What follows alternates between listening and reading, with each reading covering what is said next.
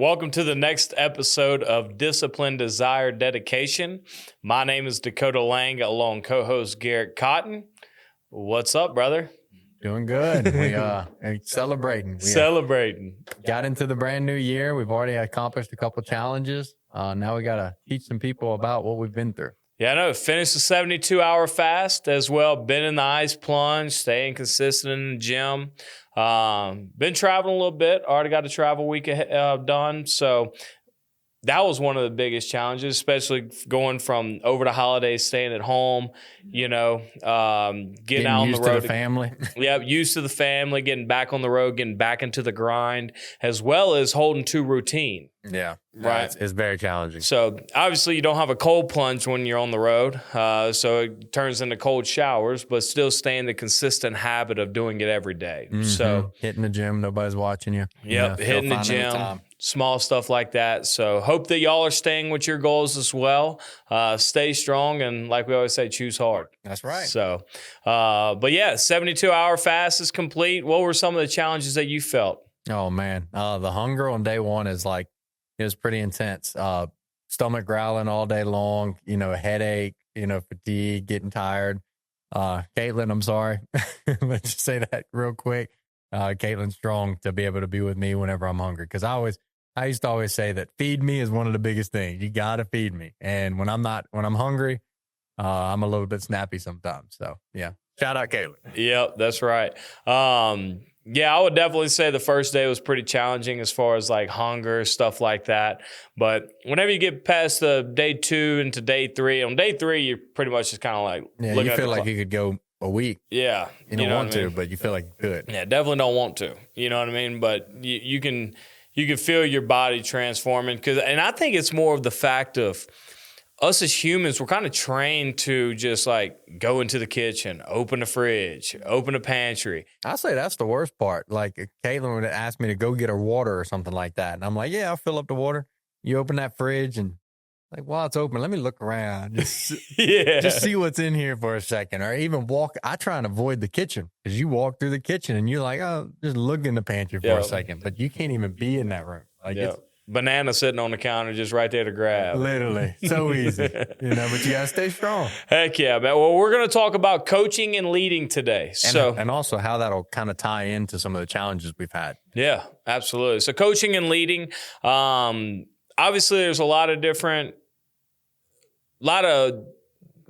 ways that people coach, and I'm not necessarily one's wrong, one's right, but kind of to give mine and Cotton's perspective on, some of the practices that we do to where whenever we are coaching people, they're able to retain the information and able to use it. So one thing that we were talking about was,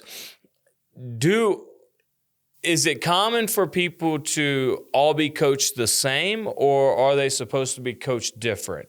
And we elaborate on this a little bit off air, and my biggest thing is not everybody needs to be coached the same because everybody has different personalities on how they retain information, but the standard has to be the same for everyone. Yeah, I think that's super important. It's because, standard is the ability, and I like to use performance windows as our example, but performance windows, in implementing a strong standard in one office allows for that standard to replicate in a new office. But when you see people who just are these fly-by-night type of people who come from a solar industry or pest control, and they come into our room, and they don't indulge in our standard and our system, and then they might become a closer or they might become a market owner. But then they endure extreme struggles because they don't have the same foundation that we do, So what we were talking about a little bit before was saying that, standard needs to be the same, but via the experiences that we have in our trainings, that's where you're going to be able to have an individualized adjustment, I guess you could say. Say if you have like one person who you could tell that they're coming off the street, never done door to door before, Never done any type of sales. Never done any type of sales. Yeah, exactly. They come from a life, it may be from a kitchen background or, working in the, plants. In the plants, based on the type of people that come into the room, then you can kind of adjust your teachings to best fit that individual. But as far as like the teaching itself, the teaching needs to have the same message. Yeah, the teaching needs to be consistent. Mm-hmm. You know what I mean? Now, how people were taking. Now, let's kind of dig a little bit deeper in that. You know, so and I'll start it off as far as like training people, coaching people differently. So that's such a tough topic, just because I feel like sometimes like I don't cut any sympathy for anybody. Yeah, I think that's the best method. But by not cutting sympathy for people like are off rip, because that's where people mess up, is they're trying to keep this guy in the room, or they're trying to baby them, or they soften it up. But choose hard, like give them the hardest route possible, because pressure is a privilege. And if that person quits on you, then you just saved yourself a lot of time and you get a lot of efforts. But if they don't quit on you, then take your time to have a deeper connection with this individual and help them change their life. And that's that's the reason we do everything we do. The 72-hour fast, the 75 hard, working out, cold plunges.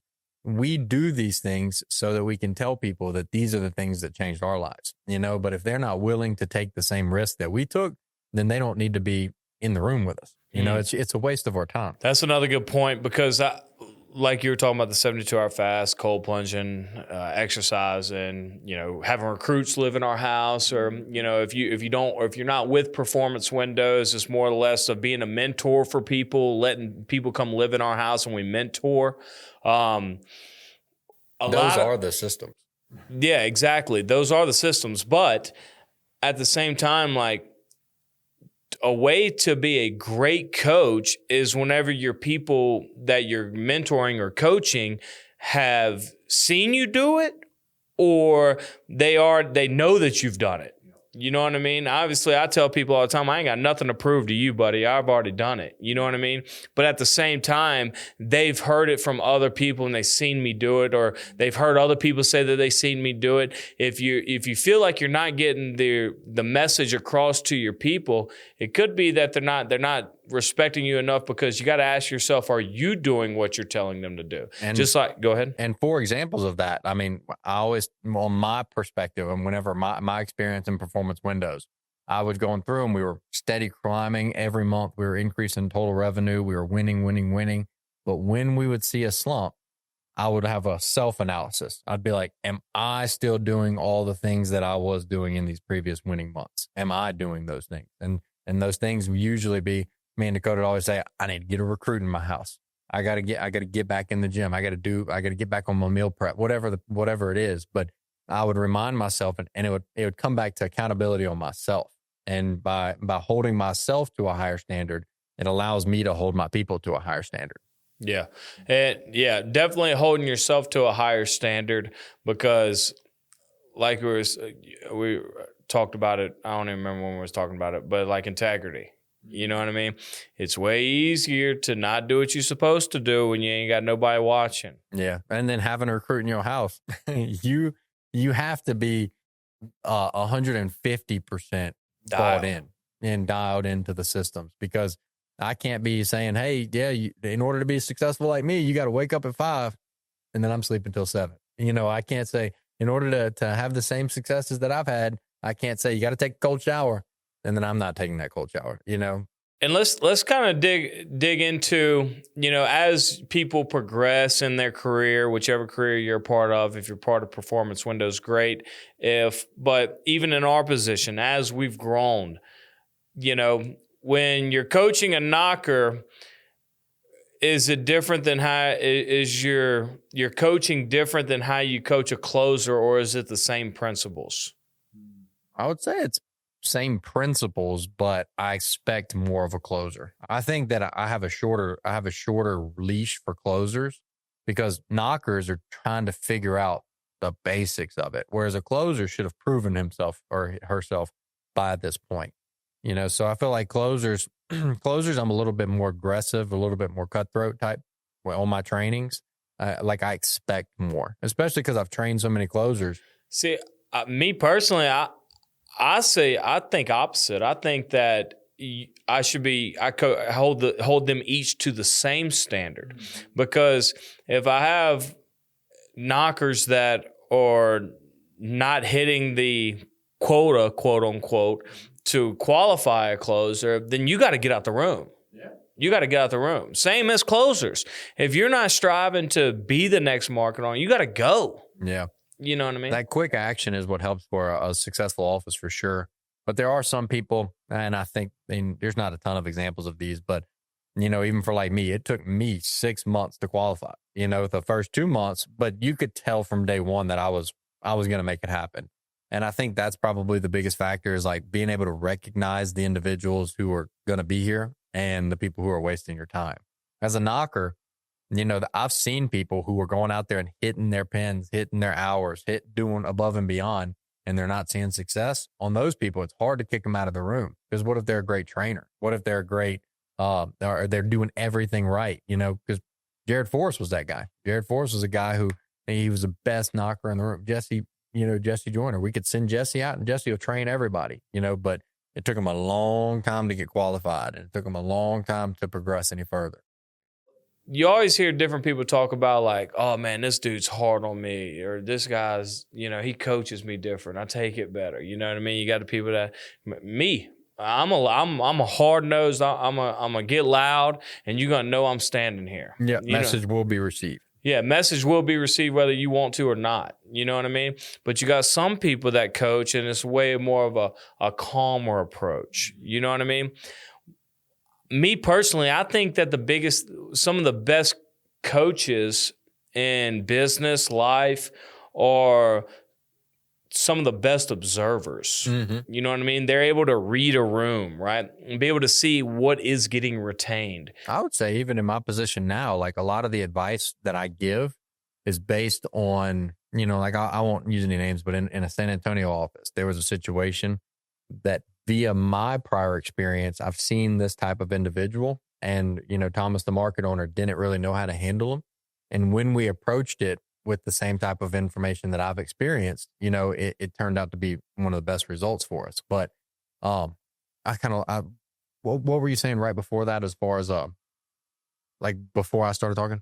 I was talking about like you got some coaches that are hard nosed, loud, and you got some that are calm. And that's where we had to learn because Thomas had to learn because Thomas was taking that crack the whip every single day. Being on 10 every time. Yeah. And he had to learn how to handle this individual because some of those individuals, if they come from, an addictive personality or something where they self-harm or, self-sabotage is probably the best word. Those individuals, you can't really beat them down because you beat them down, they're going to go and they're going to take a wrong turn, So I think that's a learning lesson for a lot of leaders is, like you said, observing the room and realizing who your audience is. Yeah, read it.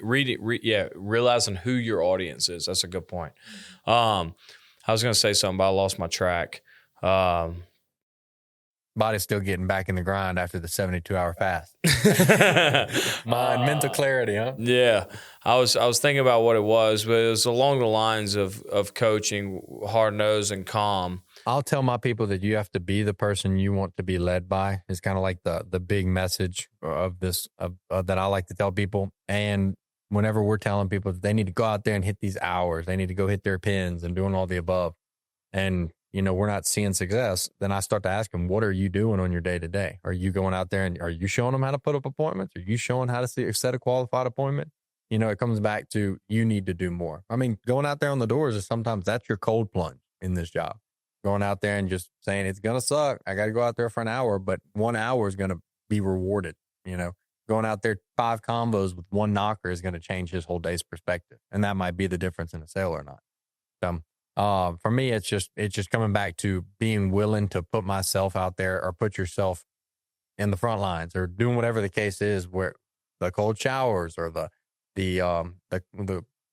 working out or food or whatever they're going to be. So if you're going to try and mentor somebody, you need to first change your life and then their life can also change. But how are you going to coach somebody if you've never done it yourself? Yeah, that's facts.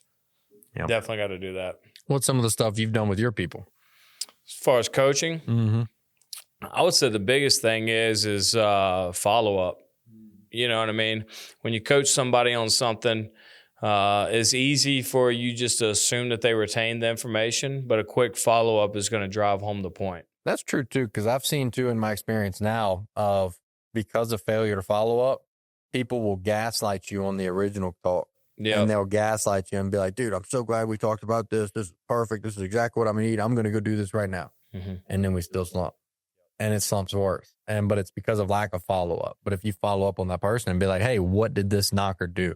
What did you see about this closer? Things like that. Yeah. And also, it's even good for the person that is getting coached to do a personal follow-up on their own. You know what I mean? Especially if you're in a performance-based business, did the coaching that you received, first of all, I always say the difference between success and failure is implementation. If you do not implement the coaching, then you will not see a different result. So I feel like a lot of times that the person that's getting coached needs to take accountability for, okay, did I implement what I was coached? And also, did I get the results that I was striving for? Yep. And the crazy part is like the knowledge is out there. It's like you seek the knowledge. If you're in a room of people who are trying to get you better, take advantage of that. And, because that's your team. That's a support system that'll help you get to that next level.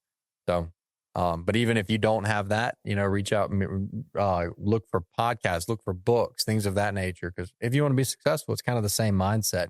The knowledge is there. Implementation is the difference between success and failure for it, though. Yep, absolutely. Well, hey, we appreciate all of you watching. If you have not subscribed to the channel, make sure you hit the subscribe. And also, they have a notification button right there. You can click that notification and you can get notified every time that we drop a post. So we appreciate all the support, and we'll catch you next time. Peace out.